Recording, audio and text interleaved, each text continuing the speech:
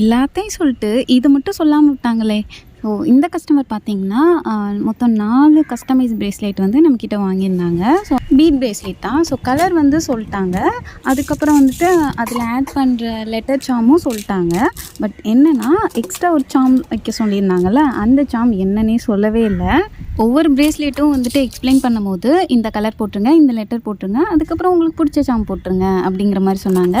அதுக்கப்புறம் வந்துட்டு எந்த சார்ம் நல்லாயிருக்குமோ அதை போட்டுருங்க அப்படிங்கிற மாதிரி நம்மக்கிட்டயே சாய்ஸ் குடுத்துட்டாங்க. ஸோ அதனால வந்துட்டு நான் அந்த கலருக்கு ஏத்த மாதிரி என்னென்ன சார்ம்ஸ்லாம் நம்மக்கிட்ட அவைலபிள் இருக்கோ அதுக்கேத்த மாரி நான் போட்டுட்டேன். ஸோ பிடிக்குமா, பிடிக்காதா அப்படிங்கிற மாதிரி இருந்துச்சு. ஏன்னா மத்தவங்க வந்து அப்படியே ஃபுல் கஸ்டமைஸ் சொல்லியிருப்பாங்க. அதுக்கேத்த மாதிரியே நம்ம ஆட் பண்ணிருவோம், சூஸ் பண்ணி சொன்னத. பட் இது வந்துட்டு நமக்கு என்ன சார்ம் போடணுமோ அதை போடுங்கன்னு சொன்னனால, அவங்க கைக்கு போயி அது பார்க்குற வர பிடிக்குமா, பிடிக்காதா, இல்லை வந்துட்டு டிசப்பாயிண்ட் ஆயிருவாங்களோ அந்த மாரி இருந்துச்சு.